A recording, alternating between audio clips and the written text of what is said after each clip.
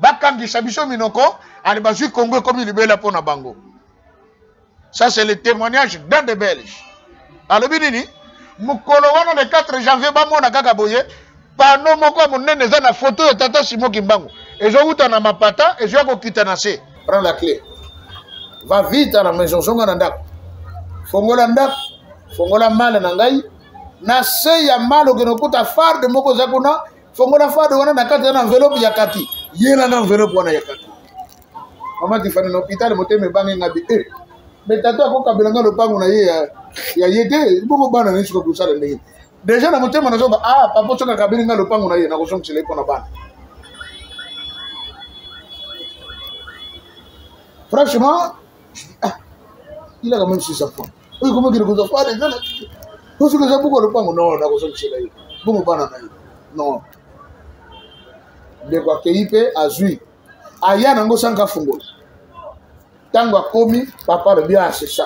Attends le bien tu n'as pas ouvert. Il moko kia a fungo. Abimiselanga deux documents. Moko ils ont parlé sur Abako. Ndenge zalaka fondé tout ça na fonctionnement nango. Moussousou, c'est cette prophétie. Anti-Congo. Papa n'a lobi nangai, papa, pasteur, nabi papa. Considère ces documents que je te donne comme un testament. Maman a dit à papa, j'espère que ce n'est pas votre livret parcellaire. Ah oui, non, ce n'est pas le livret parcellaire. Arthur dit, tu as eu peur. Alors, papa, ça c'est livré par Seigneur, on a sur le Konaban. Après, il dit, et si moi j'avais décidé de te donner ça? Il dit, non, on a sur le Konaban. On a dit que Bana, le Bico, passer à botter la commission de Pango, non, one is upon a Bana, papa, Bana, pour passer la peau, yo papa, pour ta Bango, to Siki. Il dit, ta conscience m'a beaucoup travaillé, to Siki. Na su document mama tifani natanga ngoti na kangi enveloppe na yeki na ndako na poko na sali na ngao na koko sali sili na bondeli na su enveloppe.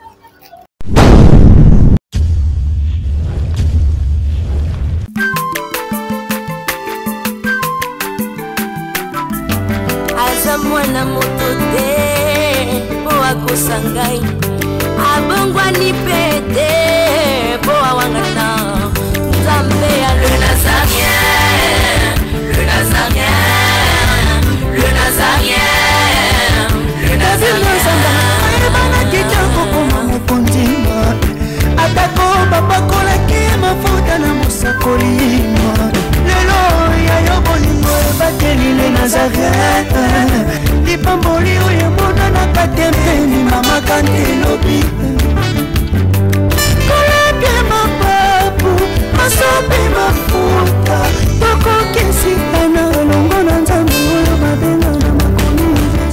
Il est le même hier, aujourd'hui, éternellement. C'est notre roi, il s'appelle Jésus-Christ de Nazareth.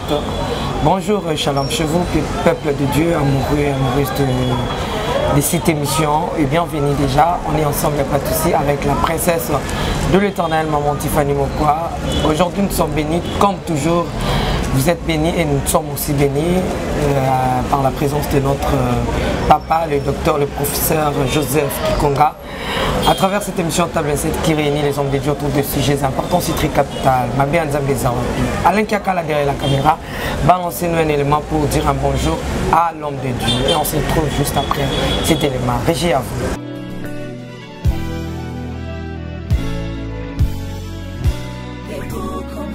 Congo longola loboko na litama bangusa mai na miso tika bisenga senga ya kolula bikolo mosusu pesa Félix Antoine Tshisekedi maboko poto tonga mboka na biso Congo na nzela ya union sacrée na losambo tokolonga.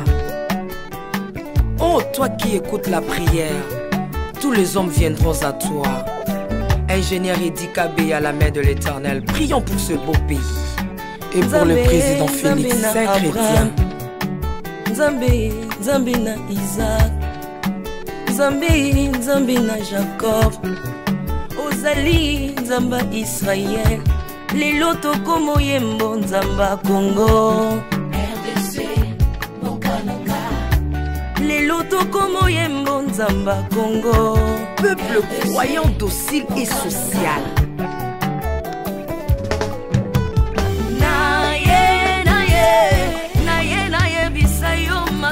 Salina bokonzi mboka nanga Congo, Congo. Selon Luc 1,52. Tu as renversé les puissants de l'air trône, mais tu as élevé un homme le Congo. L'incarnation de l'espoir de tout un peuple. Salomon de notre temps. La sagesse mieux faut que le bruit des arbres. Peuple congolais, Komanakana, les lots ont imposé, biso masuaya noa, bato balingi Congo, bakota nakat, pour mon pépa délige, comme mon bêta, libanda. Nakati ya arche de Noé, lion azalaka na beti ya kolianta bati. Po bolingo kanga kiye lipongo. Bolingo ya mboka epesaka place na bangu na te. Pasteur Ami Daniel, ça c'est la sagesse. Le prophète de l'Éternel en Afrique. Apôtre Léopold Moutou. La prophétesse Liliane Esther Taillot.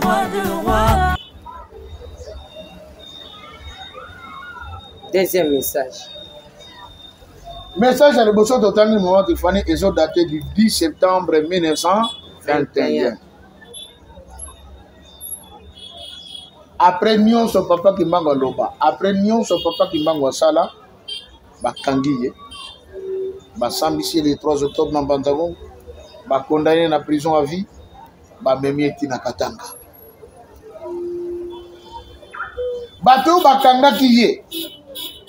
L'association du protestantisme et du catholicisme. Tant ba tikali bango moko bako loba. Ah. Moto biso to kangisi yo. Parce que ça risque de tomber mangabe pas nzam. Abomi mututé. Azui moi c'est mututé. Aibi loko mututé. Kaka po bono sala ba miracle ba église na biso se vide, to développer mo haine contre yé. Ce que ça est solo nzambe, est-ce que ça problème te pona biso? Les jésuites il y a la communauté catholique de Kissamp. Bakamata nina sango mokonzi. Balobi biso to boy na biso problème ikoleko yawa kikimba ya botomboka contre biso. To kende kona na Katanga to mona ye to solola na ye to senga ye bolimbisi. Bakoti na pepo bakomiti na Katanga. Donc bakena Katanga bazui bande komoka ba Congo bazalana lokola ba traducteur tata kimbanga le bitoko bakoteya toko lakisa minoko bamboka na biso na bana na biso na bana ya bana na biso d'éternité en éternité ye moko azalaki soka yambi délégation ko solo nango na bato mama Tiffany tata kimbango change ko balingala te Agoloba français T. Agoloba pas anglais T. Il parlait anglais. Il parlait français. Il parlait lingala. Il parlait swahili. Il parlait kikongo. Et il parlait toutes les langues du monde en tant que Dieu. Mon colotata Simon Kimbango ayambaga le président français. Monsieur de Gaulle. Na Brazzaville. A Solane na Kikongo. Interprète l'abbé Philibert Youlou. Nakatanga ndenge moko tata kimbango ba ye kokutana na ye na basango ba utaki na Kisantu. Ye makambo na Kikongo bango baloba nyonso bakoka koloba. Etango bakomi batuni ye mutuna. Simon Kimbango to yende pai na yo parce que tento yeba ma baby so to sali est-ce que limbisi biso et yami balé to sali ko considérer yoté to mona ko rokolo za aventurier mais na simono to tika ko yeko lo makamono to moni que non oza penza mutu outi pa nzambe. Alors toye po toyeba Congo ya lobi na mokili ekozala ndenge nini yebisa biso. Mama tifali tokokenda ngo paragraphe par paragraphe. Simon Kimbangu s'adressa aux prêtres catholiques et leur dit Yamona tanga na bor awa tikana no bailo komoko. Prophétie oyo. Topé message oyo. Merci. Et le bon abana comme ça. Message oyo tata Simon Kimbangu. Et Zalaki gardé jalousement dans le palais de congrès américain. Otonto tanga. Mukola liboso na pesa kaka extrait nango soki mibale misato. Ndeko moko benanga depuis États-Unis. En 2012 je crois ou 13. Abi pasteur. Mais naza dépassé na mituni yoke ko découvrir makabo ndenge nini parce que ngai awa na sala kana palais de congrès. Mwenye za journalier tout ça. Batumsuba yaga ya memaka ba papier ya kombolaka ya bongisa ya akena kokuta likambo kuna nde asala yango photocopie albi ne kokuta makambo yo lobi eza garder jalousement on a parlé de congrès américain aussi on ndenge ni yebisa ngai parce que naza étonné na bichien non j'ai un frère que j'encadre. Touti Brazzaville, bien, quelques jours, son père est tombé malade. Papa Naye, c'était un ancien membre de la BACO. Tant que tata Abeli, à côté de l'hôpital, na maman Yem. Ah, le frère m'appelle, papa, papa Nanga Abeli, Aza grave, Aza na maman Yemo, donc tu comprends, l'été était peut-être bien té, et puis Azo Tangama na Makolo, donc, Abeli goûte, auto éviter. Premier jour, maman Tiffany n'a pas de déconaté. Deuxième jour, n'a pas de déconaté. Troisième jour, tu regardes le téléphone. Quatrième jour, tu n'as pas de na komi na keta la papa, salanga mawa. Tala makolo. Na je souhaite na mbetu. Et la magnon so bacha ko retondi ba ma ya solo. Na tuni ah papa maman, oui. Ni kamoni ne boko matina niveau. Ah, mon fils, je ne sais pas. Mon fils, je ne sais pas. C'est papa fille également, un expert comptable de la Banque centrale. Bref, j'ai prié pour lui. To Bondeli, na Balusi Mukongo, Lobi na Tongo Tata, aza totalement guéri, papa Toto et Kauki ma épesi. Oh, era la mugi na Tongo via bano tambrate, attends le makolobo, azomi normal. Abi, c'est pas possible. Eh, tu m'as bakri na kata sar bagari. Yo mama bigi. Malade c'est. Bon, bagé remsa merci na pour libérer bango basonga. Oh non, merci na fois libérer ake katanga akozonga kaka omosi malo. Donner azana azela kaka moya bima esate. Ainsi les vieux traînent à l'hôpital pour attendre le retour du médecin. Alors son fils m'appelle. Papa, oui, ah, Nzambe na sali. Ni miracle le kiawa. Papa a totalement guéri, papa a kauki maïzate, donc azomi normal. Comment ça a vu? Azomi normal, yaga awa papa zaga na besoin mon aïe. Mais na keneti na maman yo.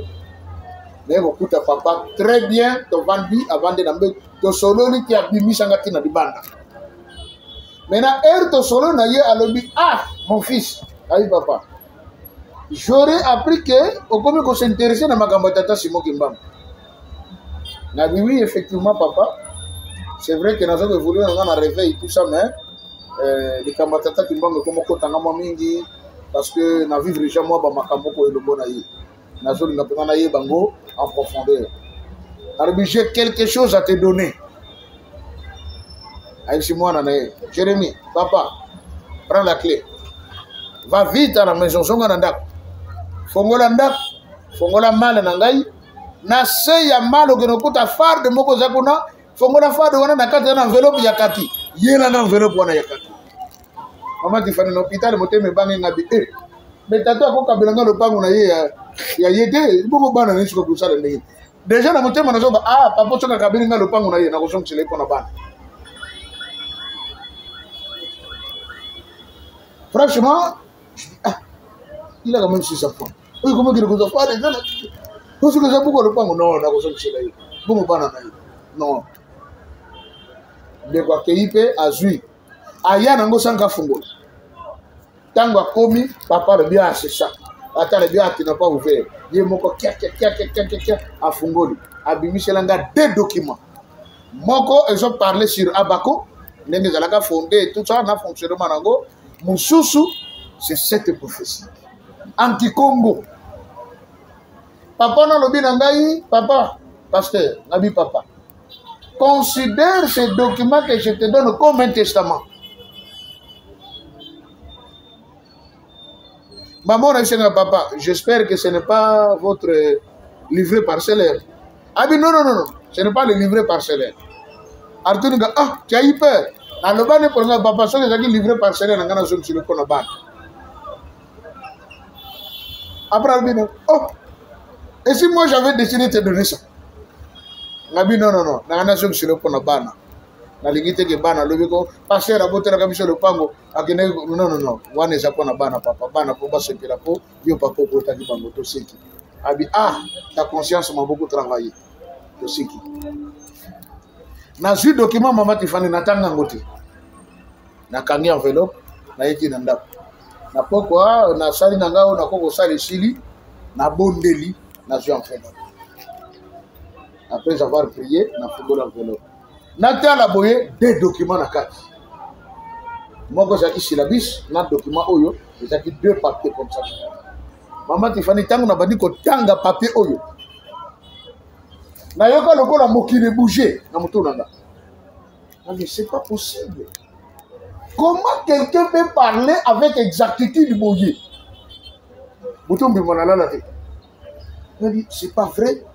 Et Mboko yoe. Le makamune so Mboko en Afrique ici l'Obama. Pas Tifani. Autre que Tangawa. Et ça mouket différent na makamale 17 ans. J'ai eu une dévocation de l'Indien. Dans ce pays, c'est l'Indien. Faut pas comprendre ce qu'il y a dans le campo. Mais toko taka mbamo so membi so koti comment de lengi na ngodo. Non, kuto tangite papa. Batanga na prophétie lengi. Hein? Obi kozo o lingisa batu déjà yango avant que nabi ke bande ko kechu baloba bande ko kechu baloba bande ko bodombo baloba ba commandant eso baloba ba te bele baloba o baza ba combattant so tango zo kende bo ba mo ne tolingi o même esprit na bango pesa na no prophétie et bon to kende kasi na pesi source o moni baloba ka boya boye besiko zo kende yebana na shika yoguti Nana Zopesa et Sika Oyoto Wuti pour comprendre l'importance de l'école. Et le papa me dit, mon fils, ce que je t'ai donné, je l'ai gardé depuis les années 50 jusqu'à aujourd'hui. Je n'en ai jamais donné à quelqu'un d'autre. Abi, c'est une copie qu'on nous avait donnée à chaque responsable de la Bako. Et moi, j'avais gardé également ma copie. Aujourd'hui, je vous le donne. Je me suis mis à traduire ça en français pour nous permettre de. Et c'est cette même nuit, quand on a bondé la wana, je me suis mis à prier que papa a fait un passage à Daniel chapitre 9. Que Daniel a joué prophétie dans Babylone. Matanga qui livre ya prophète Jérémie. Aye ko comprendre que tempo na bango ya ko zaraboumbu et sili. C'est à partir de ce moment-là et j'ai vu le moi révolution mon côté de katanga na bino. Il faut que mes frères et sœurs congolais baïba makambo. Neto no solo. Na ko solo la wana parmi bato bayoka kiango papa Doudou. Nabi ah pasteur,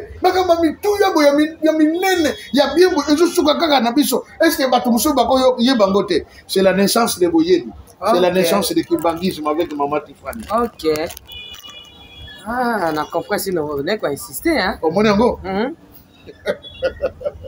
Yango pe lelo avant ça là au bande yango fallait papa Doudou da kitaye moko. Voilà, ayeko inaugurer le Kambango. Alors, papa Simon Lobi boy. Bato Alobi, Maba Tifani, Loba papa je to kendemba mon professeur a fait sa leçon toleka Alain Kiakala ayoka papa Doudou dans la présence nae moi que ma professeur za ma tata. Na tata. tozalaki ya molili courant ezalaki te oui du coup là kako annoncer kaka tolingi to banda prophétie pas courant ye ebombi pe likambo wana ebombi likambo parce que maintenant elingi apporter lumière na Congo. Papa je les ai encore coïncidence. Non maman Tiffany Nzambe asalaka eloko par hasard te ye mutalobaki que la lumière soit et la lumière fut tangu lumière bimi Nzambe abandokela. Donc Dieu pour qu'il crée il attendait d'abord l'apparition de la lumière. Awa pe tata kimbanga yebi ke lelo alinga pe sa lumière na peuple congolais. Yango permettre courant ya kana tant tonto lo basiko likambango. Parce que makambo to koloba maman Tiffany yango ekangi Congo na biso ti esika tozokende. Agré boye bien on me bokende ka ne moins ko sambela dimanche na stade na coach kuna te. Et na tina. Déception ka prophétie papa. Parce que toko takuna obeti batebele mabaku. Esa ka prophétie. Est-ce que église Kimbangisi mutekene ko tamu sa prière ngo? C'est ok kuna même malikambu. C'est encore. Tobi toko tabiso kana prophétie. Parce que tobi tokende kuna makambo leka na stade ecuménisme et même malikambu toko takana prophétie. Merci maman Tiffany. Omoni biloko monsieur Zakaso batomboli eningisi mosuki ya motu. Nyonso na zo sale manano ezaka entraînement. Ah ozoboya sote tokambaki prière yango bakamba babeto malamu ezaka entraînement mais nanu pena maman likambo yete bino be boki na entraînement oh bino ya boza na vie na coupe mais boki pe entraînement ya lokwa mutu ayebi déjà que biso toza ba arbitre bokoti amno teke ba bodiri tata ngenda lo baka kozala arbitre za esengo boliaki après ce qui mais la comprenate falende tant avec ça ne événement bongo te toko kuna te to le gars mon frère tango ezali Simon Kimbangu s'adressa au prêtre catholique et leur dit le Congo aura sa première et sa deuxième indépendance car les promesses sont véritables autrement elles sont vraies. RDC et qu'on soit deux indépendances, Maman Tiffany. Dans le but, des paragraphes moko en donnant la profondeur de ce qui a été dit. Sans rajouter. Il faut comprendre le sens de la prophétie. Et le Bénin. Le Congo aura sa première et sa deuxième indépendance. Le Congo a la première et la deuxième indépendance. Namitangela yangote. Na miyokela yangote mais na yamona yango na vision.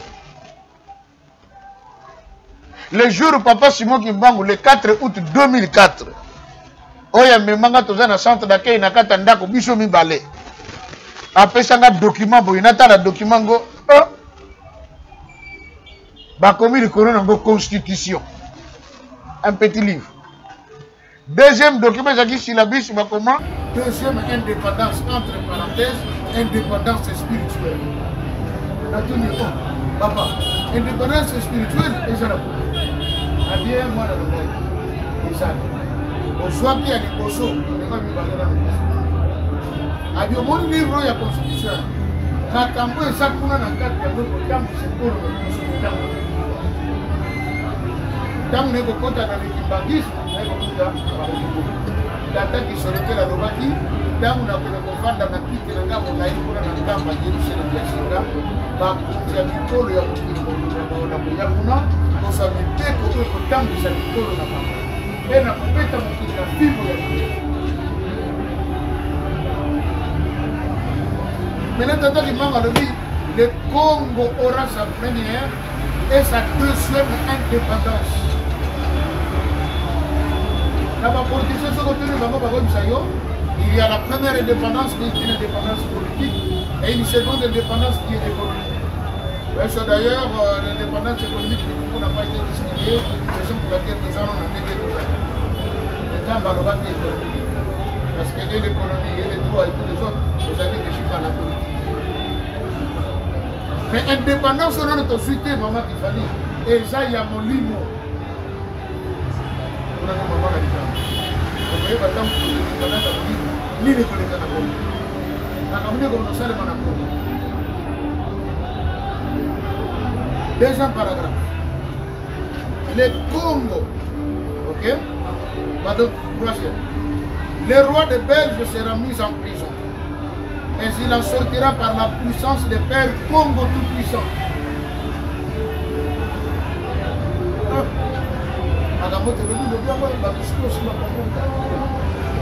Roi de Belge, Léopold, Albert, Bachagé en prison allemande. A quelqu'un qui peut espionner l'Allemand, Bakangé, Baché en prison souterraine. Maintenant, Simon Kiba. Maintenant, Balobi, il en sortira par la puissance des pères Congo tout-puissant. Voilà.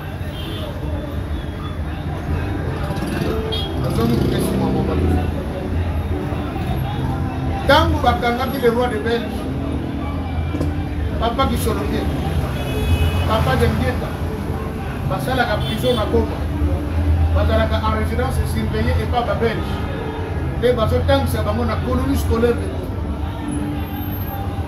Mais maintes reprises, tata Simon Kimbango a Golomana à Kena Goma, ma femme et ma papa qui sont le Kena, il m'a pas bien à il y a Sacramento. Ma femme va me voir dans ce soir, mais tu n'as pas le Kena. Il ne va pas comme maman qui va dire, il faut traverser le fleuve. Les fleuves, c'est la partie la plus vaste.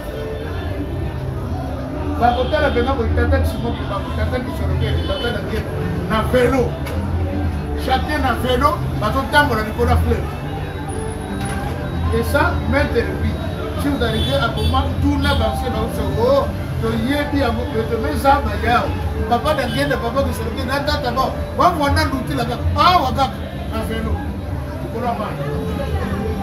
Va pédaler, petit, nanga, pour la porte de qui, Barcelone,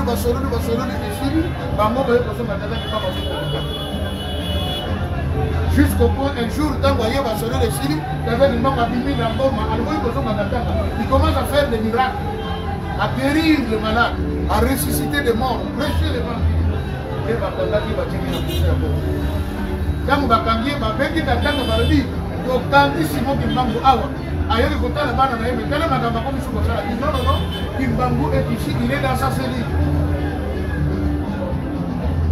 Non, Azali Awa, Biso Tokami. Non, Azali Awa, il est dans sa cellule.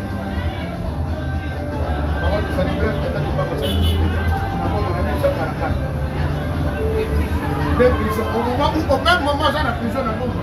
À ça, la prison à Qatar. Et qu'est-ce qui se passe? Les jours, il y a des prison là. Là, tu as le petit colonel pour ça, il y a le pas, il y a la guénère. La débattière, elle va lui parler de la Tata Simon Kimbangu, Ayaka Nakati Nalikuta Nayemoko, Nabubu Moko.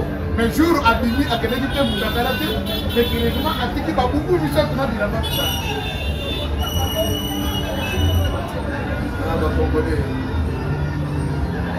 Un jour, Kogola va comprendre que tu vas faire un ensemble.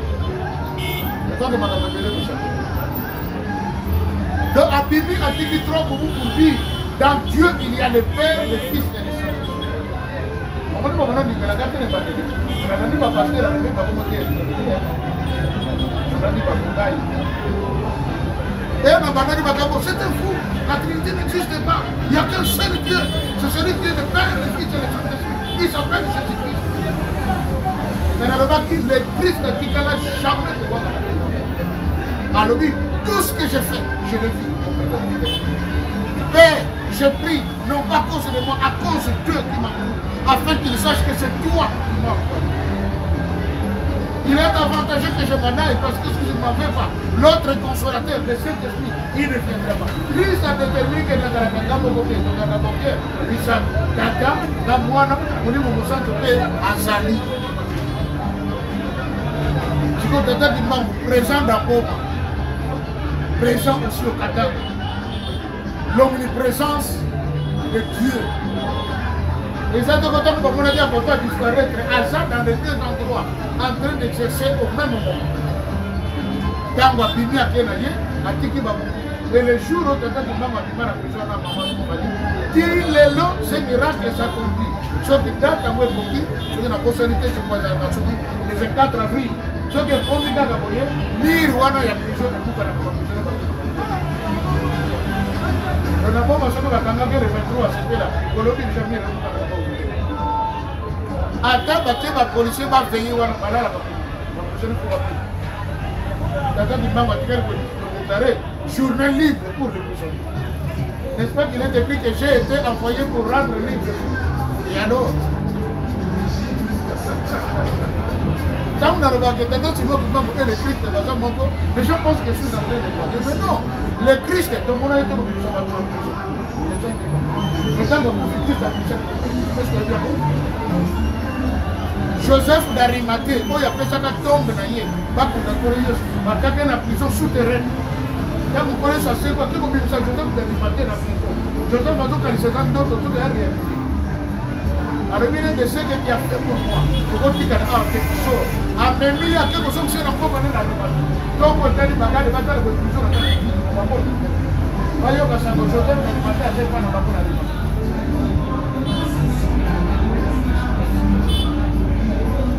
C'est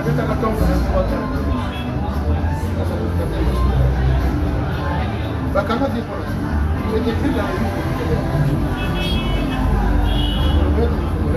qu'est-ce qui avait fait qu'il va sacrifier?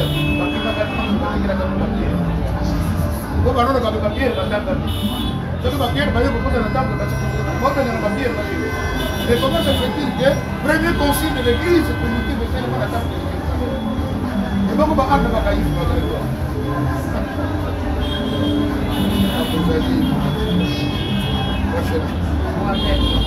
Roi de Belge a commis la prison. Mais la macasse est la yété. Et vous avez la macasse à Bamboula. Né la temple où va tenir roi de Belge, dans l'Allemagne, ma Belge, ma conjo, ma zalaki awa. Ma vie pour supplier papa qui se lequel n'a papa de lien dans la bombe. S'il vous plaît, qui se lequel de lien, appelez votre père. Il est le seul qui est capable de libérer notre roi. Nous avons une négociation politique et civique. Négociation diplomatique et civique économique, nos contributions dans le côté capitaine. Et ceux qui vont pas du alors et c'est papa qui se lequel est papa de Dieu qui vont faire appel à la nation.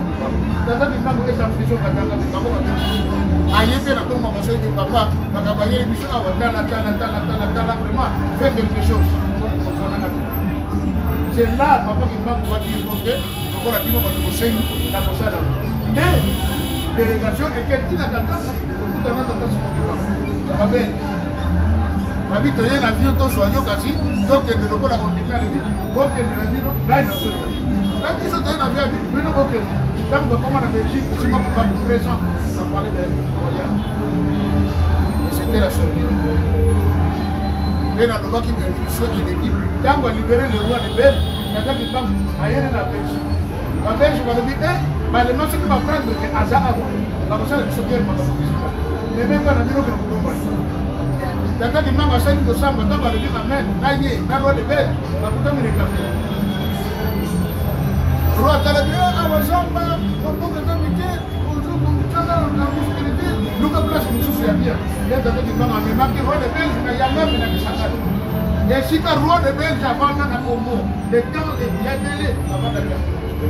Mais à Congo, quand les chamans les choses à tout, il va pour naïe à Ouah.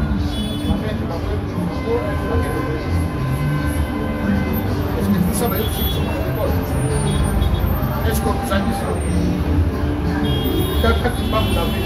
Le 17 août 1922, à ce moment là, Sango ya Bamidele, pour continuer, nous allons gagner la prison, mais nous allons publier pour nous, et ça va me voir. Chose faite. 4e paragraphe. Cette première indépendance sera acquise par la puissance des Pères célestes. L'homme noir chassera de terre de terre et blanc. Beaucoup de signes et de prodiges seront faits. Les blancs trembleront lors de la demande de la première indépendance. Tata qui manque précise, première indépendance. Montomoïba Kobenara Mondele, Namamboka Naïe. Dans nos quelques-uns, le 17 août 1922. Dans le temps où Tata qui manque de sa message, le seul pays qui semblait être indépendant de l'Afrique, c'était les Togo. Vous voyez? l'Éthiopie qui était indépendant. Tous les autres pays africains, tous allés qui sont esclaves, tous allés qui sont colonisés. Maintenant, tata qui manque ce jour-là du 17 août 1922 à Lobi, Mindele bako bengana bango na banoir. Ba mabele nyonso bazo ko occupé en Afrique, bako tikango mais ekozala na ndenge ya nguya ya Nzambe. Par la puissance de Père tout-puissant, bako bengana bango, bako kende. Et beaucoup de signes et de prodiges seront vécus en ce temps-là. Qu'est-ce qui se passe, Maman Tiffany? Ce qui te dit, Mboka na biso Congo, tu l'as bien combien de reprises. Accord, il y a indépendance, il y a Congo. Et ça les macaté entre le président Kasavubu et le roi de Belge. Non. Accord, il y a indépendance, il y a Congo. Et ça les macaté entre Tata Lumumba et le Belge. Non. On vient pour rectifier l'histoire. Toujours c'est là qu'on est sur le Sikanango. L'accord pour que la RDC soit indépendante a été signé par Papa Simon Kimbangu et le roi de Belge. Nakata prison en Allemagne. Tant que Tata Kimbangu a bimeli ye, a dit bon, je vais aller batono ba ko lukangai ba bengi ngai ba sori na bana ngai na ya ko libérer yo. Parce que yo bakangi yo, o yaki ko espionner ba allemand ba bakangi yo. Siko yo ndenge nini? Oh vraiment soko tikinga na ibité abi il faut to yo kanangana yo accord fouezala. Na zone libérée mais à la seule condition on peut sa indépendance en Afrique pe na mboka nanga Congo. Pourquoi la Belgique? Parce que la Belgique est la capitale de l'Europe. Dossier au va traiter dans la conférence de Berlin et c'est là qui garde wapi na Belgique. Il faut rendre libre les pays africains. Décision prise. Liberté ou anato libéralisation, il y a des pays africains. Et que ça, dans les années 60. Et même les années 60 là, elles ont également prédite par la Vierge qui est apparue à Fatima. Message à Pesaka, Nabandekora Misato, Arabi, Bokoma, de la Pape, à partir des années 60, Bafongola Batanga, c'était pour rendre libre les pays africains. Et voilà, les signes et prodiges dont on avait dit, Toyebi, l'Isolo bien, il y a le 4 janvier 1959 à Wana-Congo, départ des Belges. Pour la Fongola Maman Tiffany. Pour les jeunes et belé, qu'est-ce qui s'était passé? Tous les bandés comme ça, les historiens, sur le plan politique. Na Pessimbote, na excellence. Je connais le Congo. Je connais le Congo. Je connais le Congo. Vous voyez, c'est important ce qu'il fait. Chacun apporte sa pierre. Mais lui, ce qu'il a donné comme version des faits, c'est une version politique. Mais la réalité des choses, pendant le 4 janvier, c'est que avant le 4 janvier, Tata Simon Kimbangu azaki na camarade moko boye awa na kauka. Aibisaka ye azara musingobe, mutamuntu, meki mbwanza tubaka. Toko indépendance. Mais jour toko indépendance, yom toko à la base nango. Abi oh, ngai, nga simple individu, na que nous à la base indépendance amboko. Na zakutu ministre était logote. Abi et le 4 janvier, Tata Nabisowana a outi Gombe, Kalina de l'époque, a joué un vélo. Comme c'était un des évolués. Elle a commis une victoire. Belge a interpellé, monsieur, par ici. A poussé dans le bi, tu viens d'où? Abi na outi le Kalina. Nana tendio kende kunabi. Oh, bengena kende kenda zonga. Maintenant, problème nous a dit. Oh, la question mikanda. Discussion entre Belge et notre vieux. Souka, Belge, Mbata et pas Javier. Dans le petit vieux Wanambata, le vieux a supporté un hôtel, le double pâte pas belge. Belge a sopa na mabele.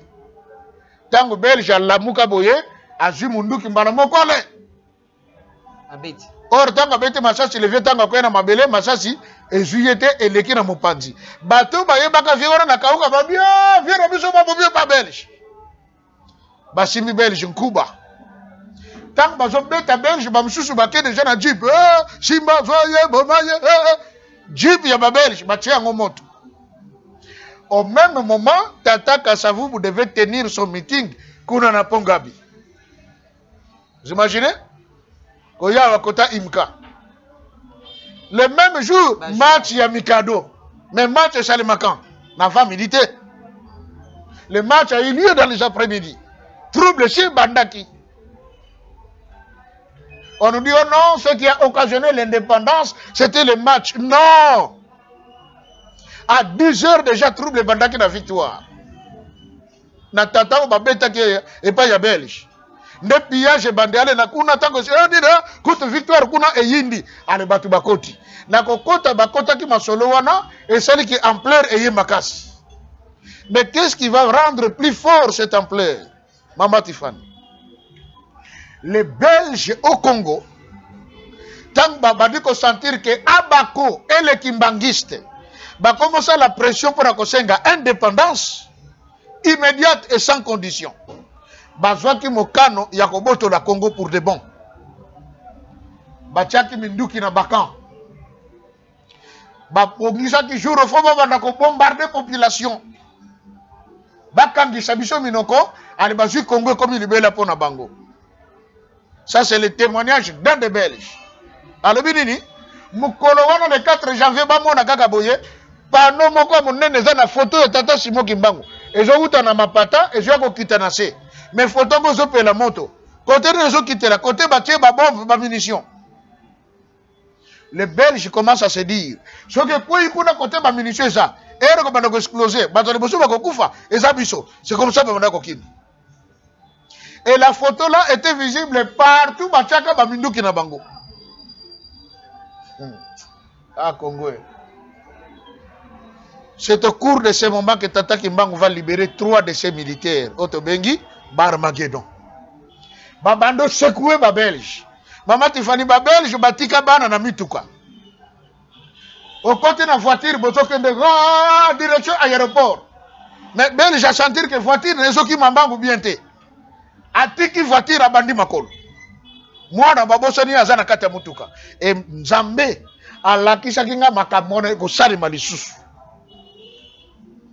Na mona bana ebendien. Bana ya ba libanais. Nakata ba Range Rover. Nakata ba Jeep na boulevard raw. Mwana zokanga papa parti balese. Bamsukune la yo na ibi munoko na bino te. Nini o papa bakei. Ezoya.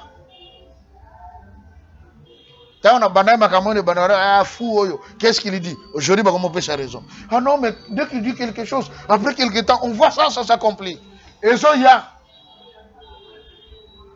Première indépendance Mundele à Lengi, non seulement au Congo, partout en Afrique.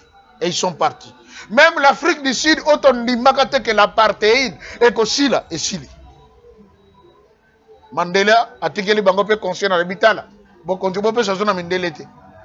Ya omoni soki na ani seko na muke oyo ata baby chat détonaki batige pa ntel et ja makamba ba noir parce que ba récupérer beaucoup na bango. Et ça date du 17 août 1922. Le Congo aura son indépendance, l'Afrique également. 5e paragraphe. Beaucoup d'obstacles seront mis sur pied. Mais les élus pour cette mission finiront toujours par vaincre. Parce qu'ils seront investis de la puissance des Pères Congo Tout-Puissants. Car les promesses sont des Pères Célestes. C'est comme pour dire, bolinga te, makambonga na Kimbangu na soyebi sabino lelo, le 17 août 1922, et ko salema. Congo ko son indépendance à mibale. Bino, boko tika mabele, o boko zonge pa na bino. Mama Tiffany, il faut tomi tout na kabiso ba Congolais, tomi tout na ka. Si vous Kimbangu bakangi aza na prison, bato ba ko tala ye basango. Nakata basango ngo baza bango moko te na bakonzi à l'état. Mais Kimbangu continue à parler avec beaucoup de tétitesse. Boko tika mboko boko kende pa na bino. Azoyi sa bango moko. Azoyi sa bango moko. Ngandenge ya ordinaire ko banga te. Ah, nakowana ngako yebisa bango me mais tata Kimbangu alobaki. Oh. Ngamu tukuti shina kufiri cha bongo ko polane yango na ko banga. Il leur avait craché la vérité. Et cette indépendance politique ya ebandeli ndeto zwaki. Mais moko totika nango Mama Tiffany ya molimo. mukolo tokozwa indépendance ya molimo mangomba nyonso ekokangama wana peso sini mangomba te ekokangama. Pourquoi? Parce que lelo tozali ba prostituée spirituelle. Religion euti na Asie ekoti na Congo, euti na Europe ekoti na Congo, euti na Amérique ekoti na Congo. Oyo baza na kati eza bato ba mboka wana te ba congolais.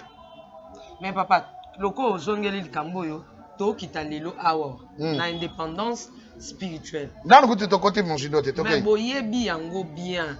Nde tozolo ba bozo salela donc contrairement prophétie au papa Simon Kimbangu tiki libino to pe na kati ya libota ya papa Simon Kimbangu ba yebi makambo bien.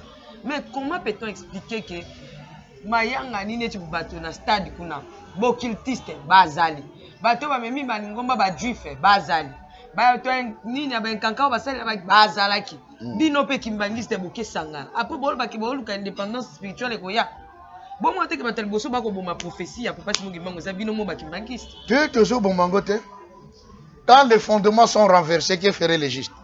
Ils doivent observer, ils doivent entrer en action. Kasi mukolo ezalaki ba prophète de Baal et d'Astarté. Eli fala lo bana koyate. Tayem ta provoka ki ngo yem ta baki keto ke kana ngo bato ke katali kam. Bino na ngambo pona biso pe na ngambo. Oui. To bele la sko moto bino bo banda. Kasi na uta. Mais bino bo kena ki kuna zaite ke o mambweli papa Joseph pardon kote oso ke na ngo. Toke. Ko me manga bongo te. Bombo moko na ko bimisa toke. Bombi so bimisi bombe za. Toke. Ay papa Joseph. Bo kei bozaki lisanga moko bozaki te ke o des équipes bozaki équipe moko pona gouvernement et si bino bo bonde na biki bolia ki kitoko. No eza makamba kolia te. Ah papa Joseph président bengi sa mutu gouvernement bengi sa mutu. Eza makamba kolia te toke yi mama. Mais papa Joseph boke sangana na bokultiste, boke sangana na ba to église des noirs, boke sangana écuménisme au Bible bo bino boke ina ngo kati nango. Boke ko sala yango papa. Différence eza ni professeur pas Simon Kimbangu ko boka te.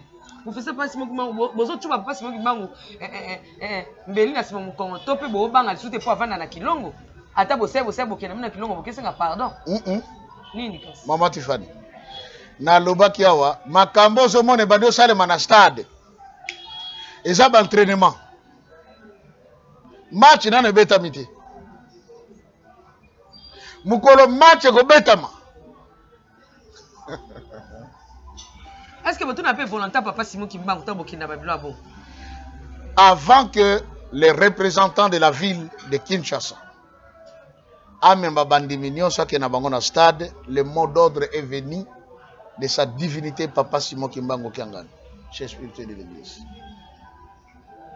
Mais nous avons informé les sous awa ezali entraînement. Match na ne betamité. Bobi ke boko zokisa ba kimbangiste msusu mais moi balo. Te. Kimbangisa ko sokate mama. Pour besoin de l'église kimbangiste présente à liboso, nous sommes derrière l'État. Ma bonne rwana l'État mutasenga kiango na dingomba. Mais papa Simon Kimbangu awa waziana makamso na ko telemela l'État za ko s'imposer parce qu'il habite azanzambe est-ce que nzamba za na sima mutu. Que tata Simon Kimbangu a s'imposer contre l'État te. Parce que le kimbangisme c'est d'abord une religion de la non-violence. A s'imposer contre l'État te. Vous savez, totanga ki na provincial le 10 septembre. Abi bato bazo nyoko na biso mindelo to linga bango. Peto monde la ka mingi pona bango. Maloba tata Simon Kimbangu. Il était contre le système mais il aimait tout le monde.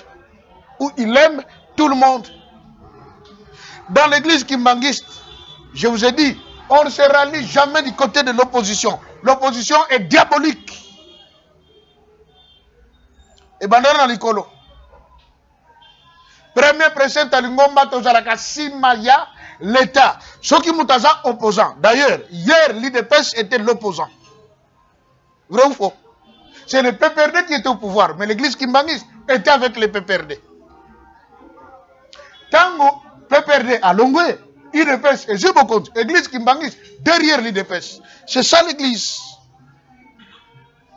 Nous sommes derrière l'État. Parce que toute autorité vient de Dieu. Vient de Dieu. Est-ce que Oui, bapesi maloba. Mokonza mboka asengi que Mangomba esangana babondela pona situation mboka ndenge ezali. Parmi Mangomba babengisi l'église kimbangiste et kende pe ko participer na losambo. Église ko lobate ko oh président moko so bonga te biso to ko yate. Non. Oh président biso avant to ko ya caché ça ya autant. Non. Mais papa, so na lani malamu seke papa simo kimbangu kiangani. Ye azani oui pambate. Olobaki na mikolo ewutaki koleka ete papa simo kimbangu kiangani. Alobaki ete basa nini ba ya verre. Ya ko yate. Mais ezale ti alobaki te ka ko yate. Te alobaki abiyoka bon to chaba ko yate. Papa simo kimbangu bengaki batu ba ya epai na po ba ya koluka nini? Solution baki nzambe babondela kaye nzambe basenga kaye ba impose kaye nzambe alobaki na fongoli motema bolobaki nga nakanga motema ngai boye na fongoli ma nalanda ko malamu papa tokeyi mama bravo fongoli motema bosa nini boya pona yebisa bino makambo tosa nini to bongisa ya lokolo bengisi mutu na fete yo pesi lo kasa mbali boso yo nzambo pesi mutu lo kasa ayete alobelo tabeti kara afingi yote a répondre yote abeti okara. Mais namono ningisi lokolo eh moto te tokeyi mama mais tangu ye apesi lokasa papa simongo manga na note ye zaka na oui na lobi boy ye lokasa nyoso tuka kondima tala d'abord preuve ye alobi na bengisi bino boya po to solola makambo yo batata na bino na oya biso bakangaka bayokanaka soki pe mekanda na bino bobungisa ya bino oya biso awa ezali mais bayete ba saboter. Mais tant que bengisi pas prouver que Nzambe dans l'humilité, ya ye na ye. Ah, papa Joseph et monsieur si. Et monsieur si. Et aussi la tête. Omonango. Et monsieur si. Et ça lokola yo za mwana na ngai, ngade tata. Sokonga tata na bengisi mo boy ko ya. Mais tant que yo mwana bengisi nga tata na ye nanga. C'est une leçon na so pesa yo pona koloba ke non, dans la vie il faut être humble. Na boye bi peso ki peut totali malamu. Tozaki na pasteur au Akima qui est aux États-Unis on a pasteur il y a protestant. Il y a protestant comment il s'appelait? Il faut qu'on Ekofo. OK. Salut papa Ekofo place aux États-Unis na landa ke pe mikolo utoleka. Mais papa Ekofo aboya kate ali ba bengi singai na yana na messe. Babi ke yonde mtokotea. Bon, to boite papa si manga pesa le kasa ba répondre ete na humilité seni aye. Eza occasion kitoko. Yakoya poto sila na bino. Papa pardon, na sisi motuna te. Na lobi penza. Nazo tuna mutuna zelo boya sima. Okay. Tango ya ye. Liloba nini pamba te liloba o tango papa yaka ezali ti basangala ki ala bango so nzambe azalaki. Kolobete papa de papa si mama tindi ba tu sais que yemo nzamba zawana. Okay. Ça va. Mais tango nzamba zawana yeni mtazo so contrôle ya nyoso c'est kaina lilobo eko sepelisa peuple.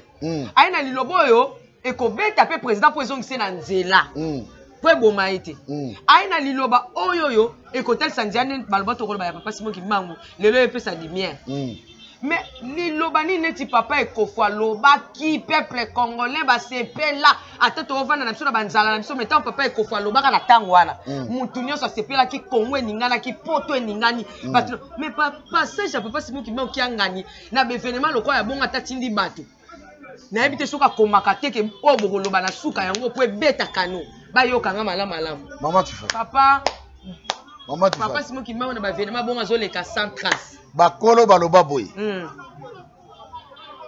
papa mikuma yombe bako baloba ukuswa mukuluta diela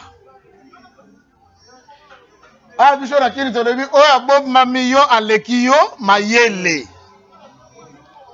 S'il y a un homme qui est plus dangereux sur cette terre, il s'appelle Simon Kimbangu Kiangani. Akosegana bien. D'accord. Mais Keba, yemoko lobi nzamba ko sala likambo. Uta mokile banda nanu salemate. Ok? Tout Kimbangiste maintenant se prépare.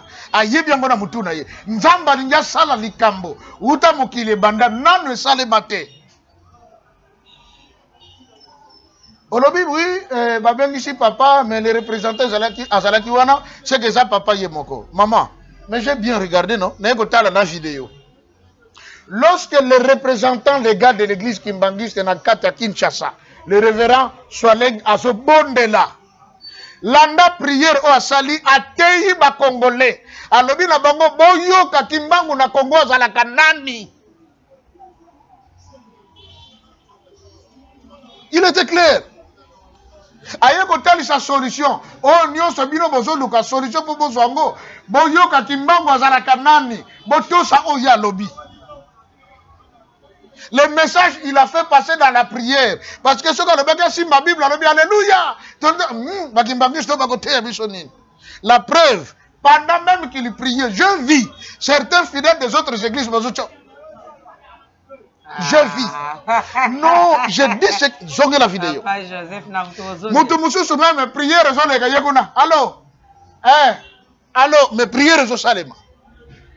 Mais ceux qui nous entrons maintenant dans l'adoration. On est le moment de tout le monde. Ceux qui quel est le message que Papa Simon Kimbangu Kiangani a donné au révérend Swaleng? Balanda lo sambonaye. Makambo a lobby dans la prière.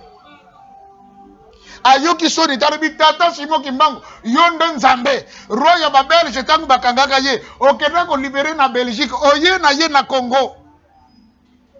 Deuxième guerre mondiale tango yaki makati yondo telemaki osali likambo awa na Congo osana makoki wana. Est-ce que tu veux reconnaître tata Kimbangu pendant sikana ye? Vous avez dit c'était une prière écuménique. So, il faut reconnaître réellement qui est Simon Kimbangu. On allait seulement dire, nous demandons à l'église kimbangiste d'organiser la prière nationale. Là, je peux croire. Mais c'était écuménique. Batiaki bakonjaba mangomba mususu liboso. Et biso ba yaka biso na sima na se tata ngena loba tata kagimpuku me bakabele mukila. Misuri nyonso na mutu bakwisi bakolo. Batu musunde bale. Mais mukila nde bapesi na tata kagimpuku. Mais on peut se dire que avant même attaquer je ne suis pas contre, je l'ai dit. Mais maman Tiffany, c'est que Tata Simon Kimbangu est en train de réclamer maintenant qu'il soit reconnu officiellement. Reconnaître officiellement Simon Kimbangu ne veut pas dire, je l'ai dit la fois passée, prendre sa photo à l'aéroport. Que Moutrosoka les gars dit oh non, Simon Kimbangu. Ce n'est pas ça. La photo. Il y a un dit, et ça, il y a un côté. Oh bon, tantôt reconnaître Tata Simon Kimbangu, toko sala photo na munene, toko chango na victoire, batroso baleka na victoire ba monaka. Tout le monde na Congo a bien longa Simon Kimbangu. Mais ce que Papa Simon Kimbangu est en train de demander maintenant, c'est la mise en application de tout ce qu'il nous a dit. Un message bien sûr. Tozo makambone sur maman, nazoki na mukuse. Nana meki boye simite na meki boye simite yo ko bisanga pasteur ozo ko mapo nini yake pa na nganga na ko lakisa yo siko ngana sankete na boye ko yepa na yo papa to kita malembe to toutes nos questions oyo oui prions au sein du stade Alain qui a kala bisinga za la vraie ou faux merci Alain to kitina suka émission na biso papa pona lelo tozonga na mbalele kikaka awa mbalo ezoya tozonga awa mais ota la caméra. Pesa na mona ya suka po vrai ou faux et ça la battement malam pe moi mabe pesa ba numéro ta on a pesa vrai ou faux to kabwana ozana eloko ba kisate lilo bana asuka bon pour na lelo na roba boy jamais la déjà mal to bandi les autres choses les plus sérieuses parce que binge lobami bolobaki 5e akosalate bolobaki songolo pakali kosali mate bolobaki si to bandi makamba sérieux msusu que chacun prête attention nana lobaka boy ba français ba lobaka la vérité blesse mais la vérité reste la vérité mais le reste c'est la vérité na lobaki na bandere soki puta beli malaria balobi mela kinini ezalaka bololo mais yango ndeko traiter yo po problème na mboka na biso soki muto aye ton Afrique alingi a éclairer batu ala kisa bango nzela malam nous nous levons comme des opposants pour lui faire du mal soki to koko comprendre biso ba congolais que cet homme qui parle ce n'est qu'un simple instrument mais nzamba lingi na nzela na ye to comprendre ce qu'il y a gloire à Dieu ah lo biango ke babani ko yina yo parce que zo prôner makamba kimbangisme na chaîne na yo bande ko ba prétendre attention Njemba malamu eyokanaka na refrain. Tokende na likambo ti esika tokende ko soki sela to tirer ba conclusion. Soki tozali na souci na biso moko en tant que Congolais. Tozali na souci ya mboka na biso Congo. Tozali na besoin souci ya peuple na biso. C'est que maintenant mutra mutfalo ba non, c'est le temps de prêter un peu attention à makambo nyos. To ba nini penza sengeli to sala po to koma na solution. Voilà eloko na kokolo ba pona lelo yango wana. Merci beaucoup papa. Et le monde bande koto lingato tout na yo. Vrai ou faux? Papa, question bazongi saka vrai. So oponi vrai. Ça ko bakisa on ali na lobela mo likambu moko. Oso lobi mingi. Na 2 heures du temps. So ki oponi faux. So faux papa Doudouda. Mais est-ce que nako bakisa mo eloko mukekaka? Ngo bakisa? Mukeka na tuna. Bakisa. Réponse vrai ou faux ezalaka bien ceux qui makambo ne sont considérés mutu ye moko. Mais ce que j'ai mutu mususu c'est difficile de dire vrai, c'est difficile de dire faux parce que j'ai mutu mususu. Papa Joseph. Tu obeta makambo o lobi libanda émission te obeta makambo pour professeur zotanga ya yote. Eza mutu mususu. Merci. Mais o tanga so pozo expliquer on diro zaka na papa Simon Kimba. C'est son esprit qui parle. Ah, alobela on peut si na vrai ou faux. OK. Papa Doudou dans la mukota ne papa Joseph bazo bakene kulu. Papa Joseph attends la caméra hein. Nazo talango très bien. Bakimbangiste bo soutenir papa Joseph. Pas koyate. Koye soutenir bayaka rotuna et to pesa mpako. Webi question na? Maybe. Na César. Na Nzambe pe ya Nzambe pe ça. Eh bana question piège. OK. Ya Kai, bo pesa na Kaif. Pe ya Nzambe bo pesa na Nzambe. Ngala olinga te na on se pende to ça no be mission hein papa Joseph na olinga te lobby ezake papa Joseph na plateau azomona na te. Répondre kaka na bwanya o papa Simon Kimbangu apesa Kai. Papa Joseph na okani mawe. Ti toke mama po ozo lexado tant. Tel ezanga. Toke. Atel kita ezaka yanga papa Joseph. Likamute to zawana. Vrai ou faux, papa Joseph, président de la République, a bien fait bateau elboso na stade, a yesu ko bien ça bateau balami balé na stade. Vrai ou faux, nyon somi balé ezali 0 et ko produire eloko moko te jusqu'à ce que ba répondre à l'invitation papa Simon Kimbangu kiangani a benga bango. Vrai ou faux? Faux.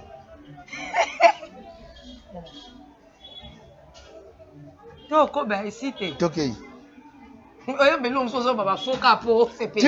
sais pour ce que tu dis le pourquoi parce que le pourquoi est athée. Mais on a dit faux. Papa Joseph. Oui. Vrai ou faux? Nakate kiri wana nyonso tu bozalaki. O bazalaki si bato kimbangise bazalaki. Ba bengise pe ba pasteur nyonso tu. Nde bozalaki ana koyima ezalaki kati na bato pe boyokani ezalaki nango te parce que écuménisme ezala na boyokani te mutu na mutu asala makambo na ye. Vrai ou faux? Mais vrai. Bombe yesiko. Papa Joseph Kikonga. Oui, ayem. Oh papa Doudouda Amanajaka. Ngai. Vrai ou faux? Bisika batu basangani ke bayokani te. Ko imezali ndenge lobi wana kezali vrai. Nzamba zalaki na wana te na kati ya mbalosambo nyonso o batu basalaki na bakimbangiste na bakatoliki na bana nzamba zalaki na wana te. Vrai ou faux? Vrai. Hey. Oui, mais c'est biblique. Papa te vrai ou faux? OK. Allez, on a combien de vrai? Allez, ok, la ronde mawa. Té. Mitune za bino biyane za biso. Vrai ou faux, papa Joseph? Ezaki perte ya temps. Oh, bokenda ko sala kuna na bata catholique na bata kimbangisa na bata perte ya temps. Vrai ou faux? Faux. Oh. On dirait aux pour la cause. La comment on est comme net ma classe. Soko tout ninga le pourquoi ah oui comme bibiso l'émission. Vrai, faux. On comme quand on la vrai. Yo mo ozo ba ça so. Je sais, ils ont ba chercher, yo mtozo tonanga. Mais c'est ba session ozo pour na ka bête. Na ponité, na pesi réponse au na ibi le pourquoi. Ah, je me dis. Vrai ou faux? Président de la République a compté na un eloko moko te na o esalamaki na stade wana ndenge to sangana ki bat basangana a compté na été parce que bo cultiste pe bazalaki wana. Vrai ou faux? Faux. Papa Joseph, yo beta ka bete pite. Papa Joseph, o banga loka makale. Soko tie le pourquoi? Oyoka vrai sens à likambo. Et non comprendre yo banga makala. Eza likambo ko banga makala te. Mais je sais ce que je dis. Soki boye ko tuna nga lelo awa babi bon, tu avais dit ici vrai pourquoi? Vrai ou faux? Ça c'est cette émission. OK. Vrai ou faux?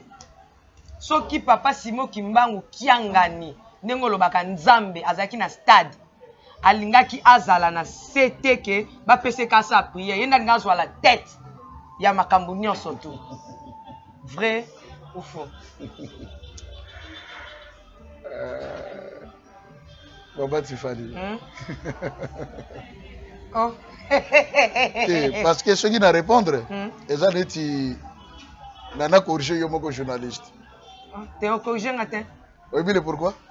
Bali misana ko loba vrai ou faux? Ba question c'est nga ba réponse c'est ça. Oui, na ko loba vrai ou faux. Mais papa Simo Kimbangu kanga na Nzambe, il est omniprésent. Être là physiquement Papa ou Joseph pas, n'a il est tout Dieu. ni vrai ou faux. Na tout ni théo. N'est-il parti au lobby au kemte na rokata. Mais moi je dis déjà vrai parce que tout ce qui se faisait c'était pour lui. C'est ça la réponse. Vrai kaka ou faux? Vrai parce que tout se faisait pour lui. C'est vrai kaka su kaka wana. Vrai.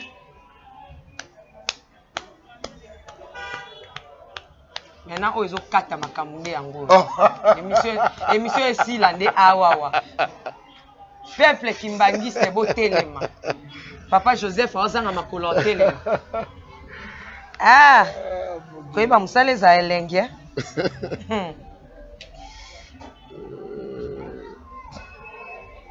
Ah Joseph na bakisa. Okay, Baba Tifani. On a vu ma caméra même bacha bagi simsuma futa. Baba Tifani comme tu pasteur Joseph na bandini boy. OK. Ya onde ça que l'engue émission. Papa Doudou dalingane boya. Ah là on a ten comme mingi hein. Oui, parce qu'il est là au milieu de nous. Ah. Oh là là. Papa Joseph, vrai ou faux? Président Amata Akita asangisane batu kimbangiste koya nango abengisa bino ata na Château Rouge bokoke na bino. Président ata bengisi bino asangisi bino nyonso tu ata keboya bo sambe na chambre ne kimbangiste koya ata tiena ba église de Nord bokoya na bino. Mais tant que azui bankampo papa Simo Kimbangu alobaki ati yango en pratique te baba nosalela yango batosa makampo papa Simo Kimbangu alobaki ekota na misala akomata kokite lo monte salema na Congo tant que ba reconnaître été as na kite so ki question hein. Très bien.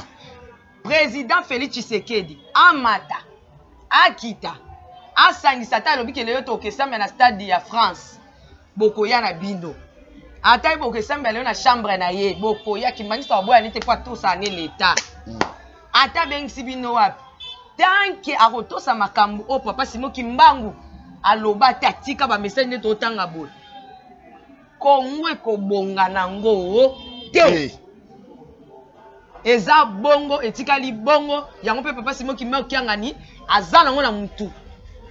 Vrai ou faux? Vrai. Merci, nous sommes arrivés à la fin de cette émission. Laissez-moi vous dire que oh, c'est un makina stade et ça image. Mais vérité, et ça quand la poche papa Simo Kimbangu kiangani. Alors ba mata, ba kite uti na mnona ngate uti na mnoka papa Simo Eh, fils de papa Simon Kimbangu, Kianga, nous connaissons papa Simon, hein. Et où tu n'as papa Joseph Kikonga, et où tu n'as pas été. Merci d'avoir décollé sur Bolandinga, vrai fou, et ça qui n'a tricage, ce qu'on comprend, comme la biso, abonnez-vous massivement, tinda émission partout. Nzambe ya pambola bino to banda awawa. Ce qu'on a la question, au monde qui s'est payé sur na vrai ou faux, tinda to retourne papa Simon, papa Joseph Kikonga. Quant à ya biso to lobi ke tozo ke nkamba. Faut kanisa ke tozo loba makambu. Tika to loba. Te fongola ko po ba kanisa o ezaka mwa tishi moko boye. Tishi ezala boye. Mwa moso moko tishi na kati. Ezanga ka ndeli puta.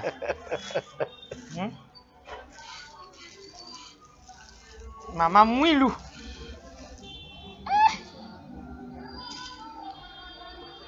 Na la tango banda tani stoza na nkamba tito zongo. Kayango. So bolingi bonte, bosombi yango 10. C'est là. Maman Mwilu boye.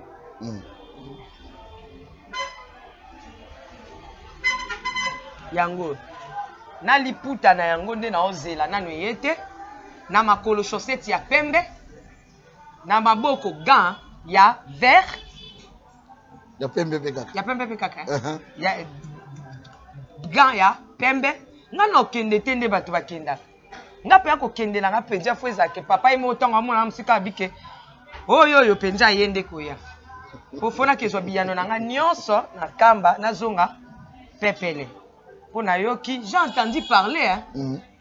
Ndela okende bo. So na zui kam na oke lokate na zonga te hein. OK. Bino bozonga nga tikali. Keba ko sakona bongo hein. Hein? Oza klebo wa. Nazwa nini? Papa. Ngaso na ndengo so loba ko loba chaque jour.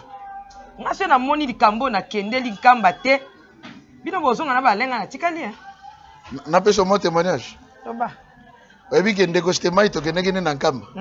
Papa lo bagine na yoki to ko bongisa. Nzamba ko salela yo. Ko zonga ka to zongi mbar moko ba décorer meilleur artiste quoi journaliste hein ya culture congolaise. Oyoki sango? Ngape na zo kende. Wana ezaki Franck Stemai hein, dont je salue. Ya zongi po azui ya ye. Le pani chéri encore. Nga so na zui likambo nga na okendo lukate a parti ya kuna nga na ngutu te ya boy poso na ye boy tina ya ko zo suba caché example nga fo ezolela ka parti ya kuna papa bisinga ya yo tala likolo yango wana likolo se epeni mwinda ya yo yango wana na mone lembo so na moni signe te kendenge lia lobaki na mosali na ye bima otala take okomona so lipate changer te senga mo lipate changer te na zonga te na ovandela papa ka wana na koyemba penzembo na okende te na olalawa. Babo Manga, papa Simon. Merci, nous sommes arrivés à la fin. Restez branchés. Alain Kiakala qui était derrière la caméra. Papa Doudou était auprès de nous. Naba visité à Moussous Mayaki Nabango. Merci à tous mes enfants de Salvation Ministry. Merci à Jiramo quoi. Au Père Côté Libiso, la systématique. Merci à maman Betty Kokele, à Nekab, je t'aime beaucoup de l'amour du Christ. Papa Guy Labala, mon papa, moi-même, à Pessangandoï, à Moana, Tiffany, la princesse Labala. Que Dieu vous bénisse. Ciao.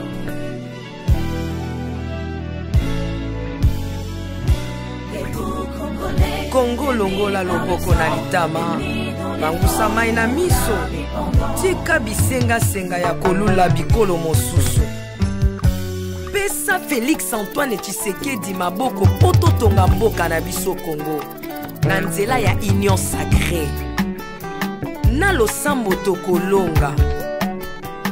Oh toi qui écoutes la prière, tous les hommes viendront à toi. Ingénieur Edi Kabé à la main de l'Éternel, prions pour ce beau pays et pour le président Félix Saint-Chrétien. Nzambe na Isaac, Nzambe na Jacob, Ozali Nzamba Israël, lelo tokomo yembo Nzamba Congo, RDC Bokananga, lelo tokomo yembo Nzamba Congo. Peuple croyant docile et social.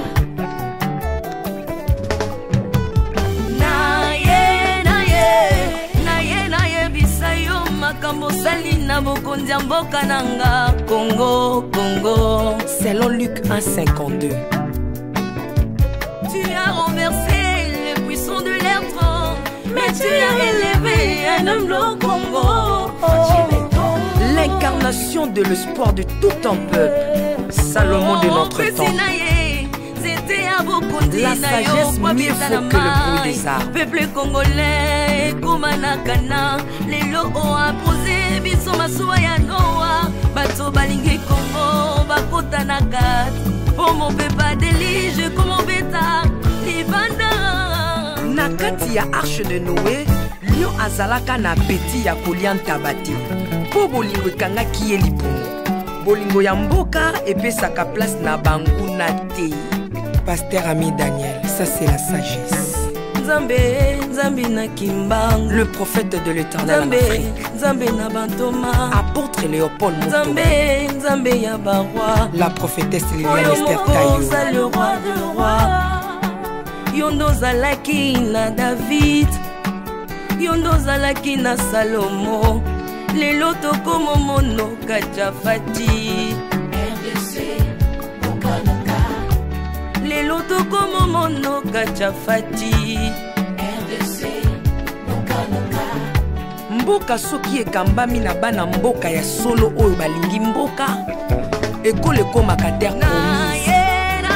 Pasteur Koutino, Mamemi Koutino, Accent Mungu Baba. Bolingo na yo na mboka ya Congo, lelo o abuze biso masuwa ya Noa, bato balingi Congo bakota na kati, pour mon peuple délige comme mon bêta. L'Afrique a la forme d'un revolver dont la gâchette se trouve au Congo. Mwambi wa Nzambi, Alpha Lukau, Lomba Bwaji Tungaje. Mama Denise Nyakero Tshisekedi, Consissi pour papa. Acte 24, verset 3, Kodambo Kanangai. Yango nazo bondela yo, batela mokonza mboka nanga, Félix Tshisekedi Tshilombo. Mwambi Jean Oscar Kiziamina Kibila. Kupeka tuyabe na Egypto, badika bayi baswani Kongo Afrika mukanana to. Mwambi wa Nzambi Marie-José Afoka. Lelo Kongo ezi mokondi, oya lingi yo Nzambe, balingi mboka nanga. Yesu Masia tokozongisela yo nini pona bolingo na yo na mboka ya Congo opesi biso ya malonga. Basali na yo bapakoli ye mafuta, dengo pakolaki bakonzi mafuta, dengo pakoli pe mokonza mboka na ngai. 32 plus 18 epesi 50, nano asali 50 atandeli. Yesu na Congo, Congo ekobonga kaka. Mwambi Roland Alo, Mwelamani. Mwambi William Tindwa Kapanda. Mwelamani. Jacques Kangu. Congo eza Mwambi wa Nzambi. Este ya Congo eza eteni moko ya nzoto ya Congo. Basi na bino eza basi ya Congo moko. Ekibela na biso nyonso na Congo eza kaka Yesu. Mwambi Gedeon Lumana. Mwambi Marcelo Tunasi Mwenamani. Mwambi François Mutombo, voici l'homme Mwenamani. Pona bokonzi Congo azwi na Union Africaine yaka to célébrer. Okoki kozala na tendance na yo, kasi oyo eza likambo ya mabele. Célébrer. Mwambi Godempo, Mwambi Tambuluko, tu as un Mwambi Jean Bosco Kindomba, Israël Lamani, le pasteur Freddy Odiembo. Voici comment l'Éternel a tendu sa main dans mon pays en nous donnant ses bons présidents Félix Tshisekedi. Le Congo doit changer parce que vous avez un beau pays. Et je vous fais le serment que d'ici la fin de mon mandat, vous allez voir un Congo nouveau.